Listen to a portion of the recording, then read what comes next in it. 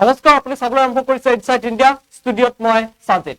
এইবাৰ ক্ৰীড়া জগতৰ বাবে এটা ভাল খবৰ লৈ অহাৰ চেষ্টা কৰিছো, অসমৰ বাবে এটা ভাল খবৰ লৈ অহাৰ চেষ্টা কৰিছো, কিয়নো এতিয়া মহম্মদ সামিক লৈ গৌৰৱান্বিত হৈছে দেশবাসী। ভাৰতীয় ফুটবল দলত স্থান লাভ কৰিছে অসম সন্তান মহম্মদ সামি। আৰু মহম্মদ সামিক লৈ এতিয়া গৌৰৱান্বিত হৈছে সমগ্ৰ দেশ। মৰিগাঁও জিলাৰ দলবাৰীৰ মহম্মদ সামিয়ে স্থান লাভ কৰিছে ভাৰতীয় ফুটবল দলত। লৈ অহাৰ চেষ্টা কৰিছো এই খবৰটো। ক্ৰীড়া জগতৰ বাবে এটা ভাল খবৰ।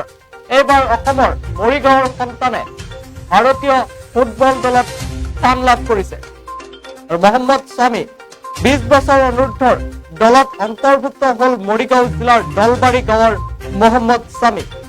ইয়াৰ পূৰ্বে 17 বছৰ অনুৰ্ধৰ ভাৰতীয় ফুটবলৰ দলৰ হৈ ইণ্ডোনেছিয়া, থাইলেণ্ড আৰু ভূটানত অনুষ্ঠিত আন্তঃৰাষ্ট্ৰীয় ফুটবল প্ৰতিযোগিতাত অংশগ্ৰহণ কৰি পাৰদৰ্শিতা দেখুৱাবলৈ সক্ষম হোৱা মৰিগাঁও জিলাৰ দলবাৰীৰ সুসন্তান মহম্মদ সামিক লৈ গৌৰৱান্বিত হৈছে অসমবাসী। ভাৰতীয় দল হৈ এইবাৰ ইণ্ডোনেছিয়াত মিডফিল্ডাৰ হিচাপে খেলিব মহম্মদ সামিয়ে। এফালে ভাৰতীয় ক্ৰিকেট দলত মহম্মদ সামি আৰু এইবাৰ ভাৰতীয় ফুটবল দলত অসম সন্তান মৰিগাঁও জিলাৰ দলবাৰীৰ মহম্মদ সামি। দিল্লীৰ সুদেভা একাডেমীত 2021 চনৰ পৰা প্ৰশিক্ষণত আছিল মৰিগাঁৱৰ মহম্মদ সামি।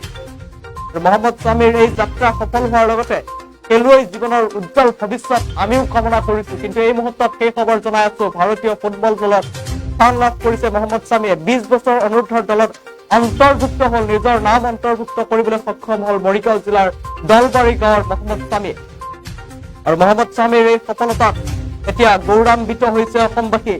ভাৰতীয় দল হৈ এইবাৰ ইণ্ডোনেছিয়াত মিডফিল্ডাৰ হিচাপে খেলিব মহম্মদ সামিয়ে। নিজৰ নাম অন্তৰ্ভুক্ত কৰিবলৈ সক্ষম হৈছে।